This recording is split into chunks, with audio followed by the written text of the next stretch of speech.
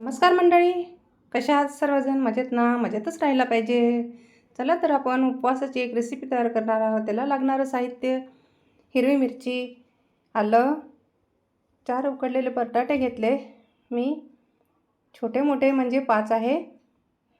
हा भगर आहे, आम्ही भगर म्हणतो, तुम्ही वरई पण म्हणता, आणि वरई आणि भगर एकच असतो. शेंदे मीठ, उपवासाचं मीठ आणि शेंगदाणा कूट. हा भगर आहे तर मिक्सरला आपल्याला धरायचं आहे. हे मी मिक्सरला धरून घेते आणि मिरची आणि आलं बारीक करून घेते. मी उकडलेले बटाटे घेतले आहे मित्रांनो, बघू शकता. छान असे नरम शिजून घ्यायचे.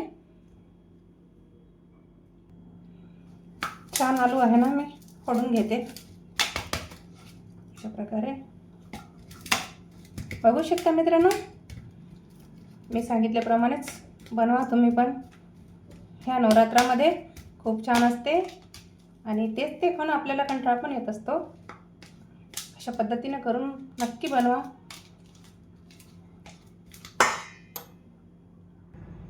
आपला बटाटा आहे छान मी मिक्स करून घेतला. त्याच्यामध्ये शेंगदाणा कूट 2 चम्मच आणि चवीपुरतं मीठ. त्याच्यानंतर लसण नाही, अद्रक आणि हिरवी मिरची पेस्ट. आजची रेसिपी आपली खूप खमंग अशी होणार आहे मित्रांनो, बघू शकता. छान आहे ना, मिक्स करून घेऊ. अगदी तोंडाला चव येणारी अशी ही रेसिपी आहे. छान हिरवी मिरची, अद्रक, सेंदे मीठ किंवा सेंदेलोण, आम्ही सेंदेलोण पण म्हणतो, सेंदे मीठ पण म्हणतो. तुम्ही काय म्हणता नक्की सांगा कमेंट्समध्ये. आणि छान आपलं हा बेटर छान तयार झालेला आहे. वरईच्या पिठामध्ये आपण चवीनुसार मीठ टाकूत आणि थोडा किंचित खायचा सोडा किंवा भजी सोडा आणि छान पाणी टाकून आहे ना, आपण याला मिक्स करू.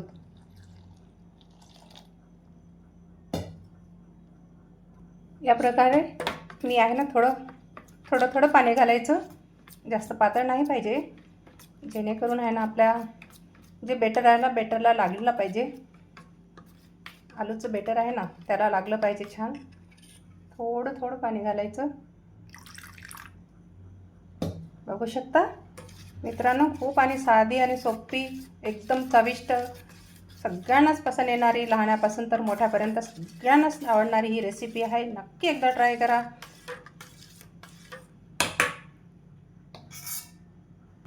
छान मी असे छोटे छोटे गोळे करत आहे. थोडं चिकट वाटला तर हाताला थोडं तेल लावा आणि छान असे आपण गोळे बनवून घेऊ. तुमच्या आवडीनुसार छोटे किंवा मोठे करू शकता. या पद्धतीने अशा पद्धतीने आपले सगळे हे गोळे झालेले आहे, बघू शकता. याच्यामध्ये आम्ही थोडी आहे ना ही लाल चटणी टाकत आहे. तुम्हाला आवडलं तर टाकू शकता, नसता स्किप करू शकता. बघू शकता मित्रांनो, छान आहे ना, मी अशा पद्धतीने छान छोटे मोठे गोळे करून घेतले.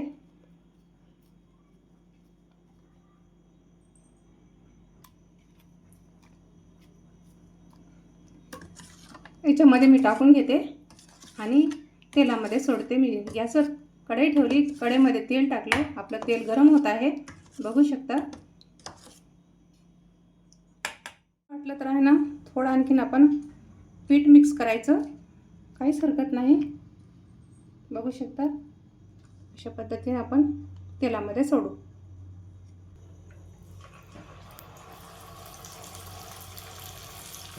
चमच्याच्या सहाय्याने पण सोडू शकता, काही हरकत नाही.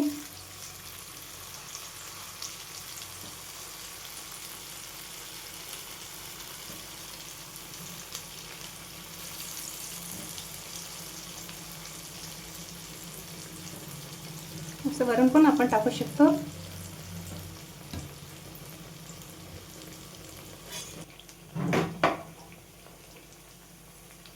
बघू शकता मित्रांनो, आलटून पालटून घ्यायचं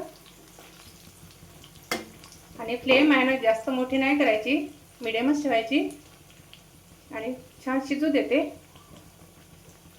बघा, उपवासाचे आलू बोंडे, आलू भजी.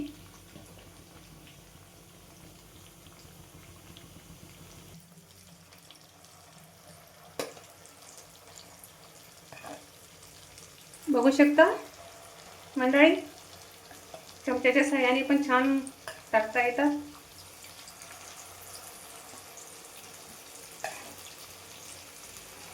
माझ्या चॅनलवर उपवासाची रेसिपी आहे, चॅनलवर जाऊन तुम्ही बघू शकता.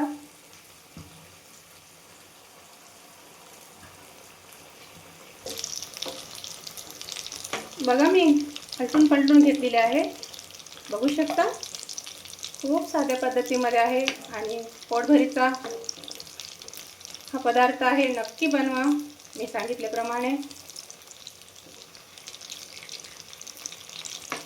बघू शकता, छान आहे ना. आपण खरपूस भाजून घेऊ, तांबूस कलर येईपर्यंत.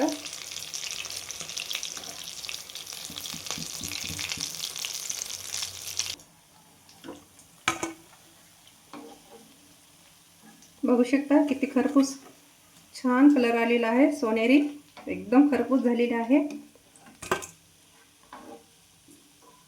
कुठेही फुटले नाही, काहीच नाही.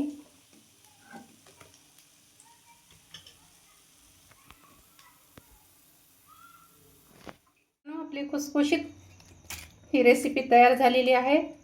तुम्ही पण नक्की ट्राय करा. आणि याच्या अगोदर पण मी रेसिपी टाकलेल्या आहे अशा पद्धतीच्या उपवासाच्या. भरपूर व्हिडिओ टाकले याच्या अगोदर, पण माझे एकही रेसिपी व्हायरल होत नाही आहे. तरी सर्वांनी मिळून मला सपोर्ट करा आणि रेसिपी पाहिल्याबद्दल धन्यवाद. पुन्हा भेटू तशीच छानशी रेसिपी घेऊन नेक्स्ट व्हिडिओमध्ये. तोपर्यंत मस्त खा, स्वस्त राहा, स्वतःची काळजी घ्या. धन्यवाद.